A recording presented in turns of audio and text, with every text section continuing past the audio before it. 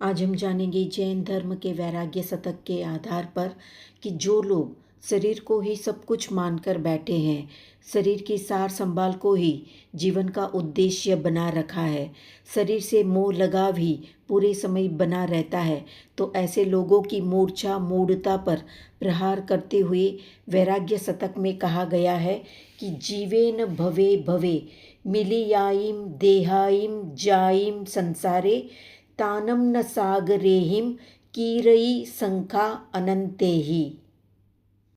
जिसका अर्थ होता है कि इस संसार में इस जीव ने, इस आत्मा ने जन्मों जन्म में या भवो भव में जो शरीर प्राप्त किए हैं, उन शरीरों की संख्या अनंत सागरोपम से भी नहीं हो सकती है। सागरोपम यानी जिसे सिर्फ उपमा या उदाहरण से ही समझा जा सकता है। गणित की संख्या इसके अंतर्गत नहीं आती है। गणित की संख्या से इसको नहीं समझा जा सकता। तो इस 4 गति 84 लाख जीव योनि के संसार में परिभ्रमण कर रही हमारी आत्मा ने हर भव में, हर जन्म में नया नया शरीर धारण किया है।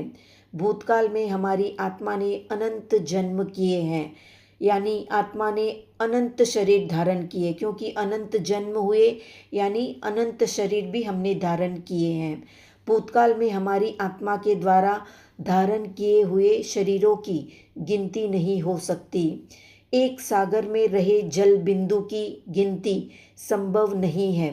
उससे भी अधिक शरीर हमारी आत्मा ने भूतकाल में धारण किए हैं।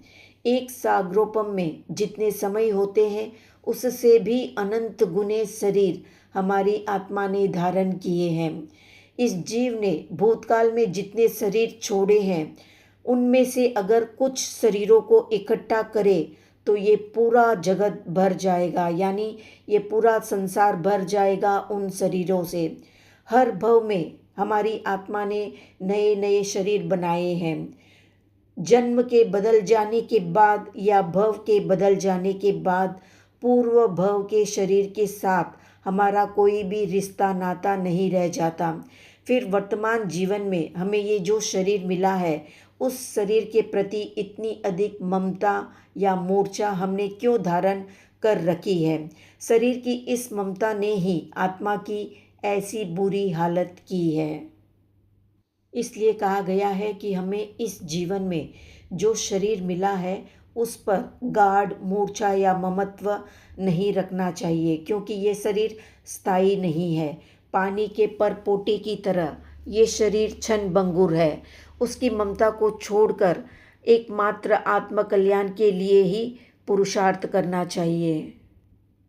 प्रमाद के वशीभूत होकर हमने बहुत कुछ गंवाया है, इसलिए अब जरा भी प्रमाद नहीं करना चाहिए।